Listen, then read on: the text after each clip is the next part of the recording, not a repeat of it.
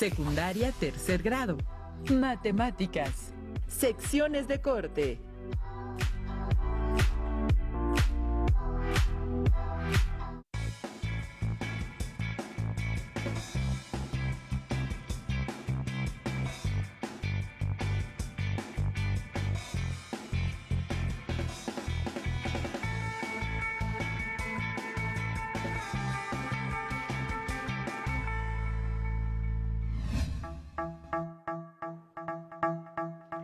A veces las personas usamos las matemáticas sin pensarlo e incluso se practican en situaciones insospechadas. Bienvenidas y bienvenidos alumnas y alumnos de tercer grado de secundaria. Soy el profesor Gerardo Pineda y trabajaremos en una sesión más de matemáticas en Aprende en Casa 3. Terminemos nuestro esfuerzo hacia alcanzar en esta sesión el aprendizaje. Resuelve problemas que implican calcular el volumen de cilindros y conos o cualquiera de las variables que intervienen en las fórmulas que utilicen. Anticipa cómo cambia el volumen al aumentar o disminuir alguna de las dimensiones. Durante esta sesión se estudian las secciones de corte de cilindros y conos y algunos ejemplos de su utilidad en la vida cotidiana. El material que necesitan es su cuaderno de matemáticas, lápiz y goma. Si tienen discapacidad visual, preparen sus hojas Ledger, punzón y regleta. Les solicito que anoten lo que consideren importante, así como las dudas que surjan durante el desarrollo de la sesión. Si la situación lo permite, intercambien experiencias con sus compañeras y compañeros de clase, siempre cuidando su integridad física y la sana distancia. Conozcamos primero el cilindro. Este es un cuerpo geométrico, así que tiene volumen. El cilindro es considerado un cuerpo de revolución porque se forma al girar una figura plana sobre uno de sus ejes, en su caso, un rectángulo. Otros cuerpos de revolución, como son el cono y la esfera. Y los cilindros se clasifican según su ángulo formado entre sus bases y su eje. En el cilindro recto, las bases son circulares y el ángulo entre la base y el eje es de 90 grados. El cilindro oblicuo de base circular es aquel cuya base es una circunferencia y el ángulo entre la base y el eje no es recto. Y el cilindro oblicuo de base elíptica, cuya base es una elipse y el ángulo entre la base y el eje no es recto, es decir, es diferente de 90 grados. Sin embargo, para el propósito de esta sesión, se utiliza el cilindro recto.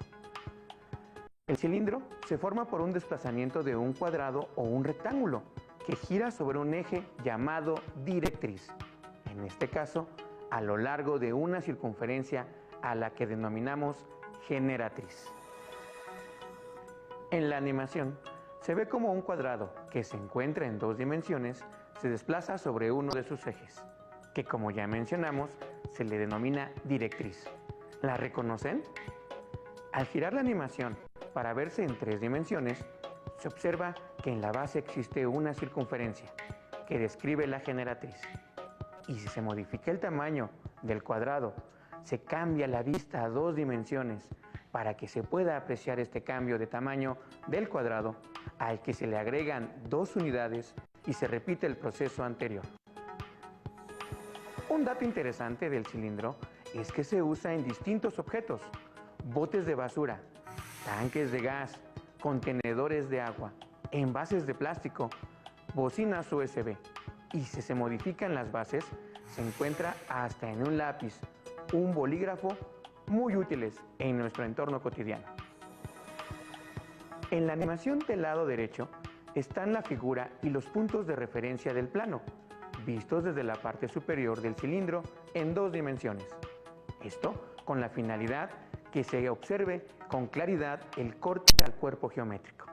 Del lado izquierdo está el cuerpo geométrico en tres dimensiones, con el plano de corte.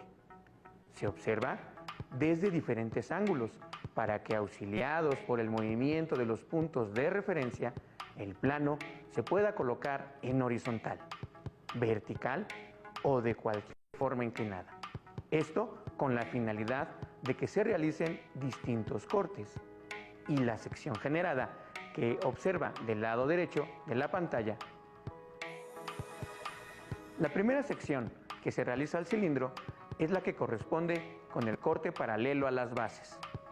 Pero, ¿qué sucede cuando se corta el cilindro por un plano? Estos son el cilindro y la vista en dos dimensiones iguales, al ser vistas desde la parte superior. Después, se gira la vista en tres dimensiones para ubicar el plano, como se dijo, paralelo a las bases, y no se pierde de vista la parte derecha de la pantalla, porque ahí se ve la forma del corte. Con la ayuda de los puntos de referencia del plano de corte, se desplaza el mismo hacia la parte superior, uno por uno, para hacerlo de la mejor manera. Como el plano tiene 3 puntos, se mueven a la misma altura. De lo contrario, quedaría inclinado y no en paralelo a la base. El corte está en 3 dimensiones y si se gira la vista es para que se aprecie de mejor manera. Del lado derecho está la vista en 2 dimensiones, que no cambió. Con esto deducimos que cuando el corte es paralelo a la base, el área de corte es igual a la base, un círculo. Si se mueve el plano de corte sobre el mismo cilindro, 2 unidades más arriba, y se coloca paralelo a la base, ¿por qué no cambia la forma que proyecta el corte? Porque permanece circular. La figura proyectada siempre será una circunferencia con las mismas dimensiones de la base, sin importar la figura de corte. Un dato por conocer: cuando el corte al cilindro es paralelo a la base, las secciones obtenidas tienen forma circular. Vamos con la segunda actividad. Se inicia con la misma vista superior del cilindro. El corte que se hace es oblicuo a las bases, pero sin que el plano las toque, es decir, solo sobre el cuerpo del cilindro. Se coloca el plano de forma inclinada para evitar que éste toque las bases, ya que el corte cambia la forma esperada. Y listo, el plano ya no toca las bases y se gira para apreciar su forma. ¿Saben cómo se llama esta figura? Aunque no es muy pronunciada, en la forma se observa que el área circular se pierde al momento que se alarga hacia los lados. La figura resultante es conocida como elipse. Entre más inclinado esté el plano, la elipse será más larga. Cuando éste se incline más, se cambian de lugar los puntos de referencia. ¿Observan cómo varía la forma de la elipse cuando el corte alcanza la base? Parece que se cortó de tajo. Se siguen moviendo los puntos para inclinar más el plano, con el objetivo de alargar más la elipse. En la vista en 3 dimensiones se observa la elipse cortada dentro del cilindro, mientras que del lado derecho se tiene el corte visto en 2 dimensiones. Finalmente, con la vista lateral del cilindro se observa el corte inclinado y se brinda información de la altura de la sección. Se realizaron 2 cortes al cilindro, uno paralelo a la base, el cual nos da un área circular, y el segundo, un corte oblicuo a las bases, sin que éste las toque, resultando el corte en una elipse. Vamos a la tercera actividad.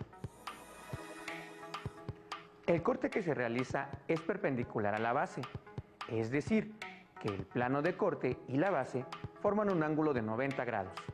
Para verlo, se realiza este corte al centro del cilindro. Como el movimiento de los puntos de referencia es más complicado, se requiere de paciencia al ejecutarlo. Se mueve cada uno de los puntos hacia la parte superior, de forma que se coloque verticalmente el plano. Si se observa el lado derecho de la pantalla, se nota cómo cambia poco a poco la circunferencia y se transforma en una figura diferente. Aunque este movimiento es complicado, se tiene que lograr. Para asegurarse que esté bien hecho, se necesita girar la vista en distintas posiciones y ajustar todos los puntos como deseamos. Del lado derecho, la forma circular se pierde y se transforma pasando primero de un trapecio y después a un paralelogramo, que es el objetivo final. Esto ocurre porque el corte no se encuentra totalmente a 90 grados. Si se observa, la vista giró en diferentes posiciones para conseguirlo y parece que se ha logrado. La superficie cambió por un rectángulo que se describe a la perfección en la vista del lado derecho. Si se gira la vista en 3 dimensiones, se logra encontrar el rectángulo al interior del cilindro. ¿Lo notan? Al realizar 3 cortes diferentes al cilindro, también se encuentran 3 superficies distintas, una circunferencia, una elipse y un rectángulo. Pasemos al cono. Se sabe que existen diferentes tipos de conos y los podemos clasificar según el ángulo formado entre su base y su eje. Cono recto. Su base es circular. El pie de la altura está en el centro de la base y el ángulo entre la base y el eje es de 90 grados. Cono oblicuo de base circular. Su base es una circunferencia. El ángulo entre la base y el eje no es recto y la altura no pasa por el centro de la base. Y cono oblicuo de base elíptica. Su base es una elipse. El ángulo entre la base y el eje no es recto, es decir, diferente de 90 grados, y la altura no pasa por el centro de la base. Al cono también se le conoce como un sólido de revolución, porque se consigue al girar una figura sobre uno de sus ejes. Se parte de un triángulo rectángulo que tiene un ángulo de 90 grados. Se gira sobre uno de sus catetos y se ve cómo se forma el cono. ¿Cuál es la directriz de este cuerpo? El cateto sobre el que gira el triángulo. ¿Y la generatriz? La línea que forma el cono al girar la hipotenusa del triángulo rectángulo. Al igual que con el cilindro, si el cateto que tiene la función de directriz se amplía, el cateto que forma el radio del cono tiende a cambiar el volumen del cono. Igual que se hizo con el cilindro, se realizan algunos cortes al cono, los cuales dan como resultado figuras geométricas, algunas que ya conocen y otras que tal vez sean nuevas para ustedes. El primer corte que se realiza en el cono es paralelo a la base. Se usa la vista en 3 dimensiones para mover el plano de corte y colocarlo paralelo a la base inferior mediante los puntos de referencia de este. Es importante que se encuentre totalmente paralelo, pues de otra forma la figura resultante no será la esperada. Se gira la figura para asegurarse que el plano está bien colocado. No pierdan de vista la figura del lado derecho de la pantalla para que reconozcan los cambios de esta. Aunque esta figura es plana, representa una superficie que le fue seccionada al cono. Al compararla en la animación, se ve cómo resulta una figura de forma circular, más pequeña que la base. Pero, ¿qué pasa si se le corta el paralelo con mayor distancia de la base? Para comprobarlo, se mueven los puntos de referencia y se ajusta el plano hacia la parte superior. El resultado es muy similar, una circunferencia más pequeña que el corte anterior y, por supuesto, más pequeña que la base. En el primer corte al cono se encuentra una circunferencia que cambia de tamaño conforme se aleja de la superficie del corte de la base. Y si se inclina el plano con respecto a la base, ¿qué superficie se obtiene? Para esta segunda actividad se inclina el plano de corte de acuerdo con la base. Es importante que el corte no toque la base ni toque el vértice del cono, ya que cambiaría la superficie resultante. Se debe observar que dentro del cono se forma una elipse. Importa hacia dónde se gire la vista del cuerpo geométrico. Con esto se es notoria la deformación de la superficie circular en la parte derecha. Entre menos inclinado esté el plano, la elipse se transforma en una circunferencia. La figura resultante que nos representa la superficie cortada por un plano de corte a un cono recto de forma oblicua a la base, sin tocarla, es una elipse. Sin embargo, el tercer corte al cono da como resultado una curva muy distinta a las demás. El corte que se realiza al cono es paralelo a la generatriz. Para lograrlo, es necesario que se incline el plano de corte, de tal forma que se encuentre perfectamente paralelo a la generatriz. Se mueven los puntos de referencia de tal manera que se inclina el plano. Para hacerlo bien, se gira la vista en 3 dimensiones, de diferentes formas, y así tener la mejor perspectiva. De este modo, se obtiene una curva resultante de trabajar con ecuaciones, principalmente las de variación cuadrática. En la pantalla de la derecha se observa la curva formada por este corte. Lo importante es la curva, no la línea recta que la secciona. En la parte izquierda se observa cómo está dentro del cono. ¿Conocen su nombre? Esta curva es una parábola.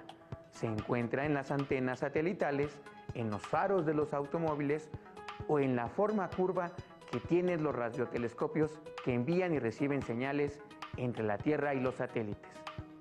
Es por ello que las antenas con esta forma llevan el nombre de antenas parabólicas. Para el último corte se necesitan 2 conos. Ambos se generan al prolongar la generatriz del primero de ellos. Estos comparten tanto el vértice como su eje. Para esto, con el programa de animación, se crea primero el otro cono, de forma que se mueva el plano de corte y abarque ambos cuerpos geométricos. El corte por realizar debe ser perpendicular y a la altura de los conos. Con cuidado se desplaza el plano para ponerlo de forma perpendicular a la base, mediante cada uno de los puntos de referencia. Se debe formar un ángulo de 90 grados entre la base y el plano de corte. Mientras se realiza esto, se nota que en la parte derecha de la pantalla desaparecieron las figuras. Esto es porque el plano salió de los conos, pero al tocarlos de nueva cuenta vuelven a aparecer. En la parte derecha se ven los 2 cortes planos que se logran. Ambos son simétricos. ¿Saben cómo se llama? En arquitectura, con estas curvas les dan forma a algunos cables que sostienen los puentes. Son empleadas para darle una forma distinta a las construcciones. Además, se utilizan en algunos tipos de telescopios. Piensen en un reloj de arena. ¿Los conocen? Los relojes de arena son un ejemplo simple de este tipo de curvas. Se caracterizan porque ambas abren en sentidos contrarios de forma simétrica. Su nombre es hipérbola. Pero antes, recapitulemos lo visto en esta sesión. Primero el cilindro, al que se le hicieron 3 cortes. El primero fue paralelo a la base y con este se obtuvo una circunferencia. El segundo fue oblicuo a la base y se obtuvo una elipse. Y el tercero y último corte al cilindro fue perpendicular a la base y se obtuvo un rectángulo. En el caso del cono se realizaron 4 cortes. El primero fue paralelo a la base y se obtuvo una circunferencia. El segundo fue oblicuo a la base y se obtuvo una elipse, igual que en el cilindro. El tercero fue paralelo a la generatriz y se obtuvo una parábola. Y el cuarto corte fue paralelo a la altura y con 2 conos unidos por su vértice se obtuvo una hipérbola. Les sugiero que busquen en su libro de texto los diversos usos que se pueden dar a la circunferencia, la elipse, la parábola y la hipérbola. Fue un gusto compartir con ustedes esta sesión. Soy el maestro Gerardo Pineda y espero haberles ayudado a seguir aprendiendo en casa. Hasta la próxima. Si tienes dudas o necesitas ayuda, llama al Centro de Apoyo Pedagógico a Distancia. El número de teléfono para secundaria es el 55 36 01 71 23.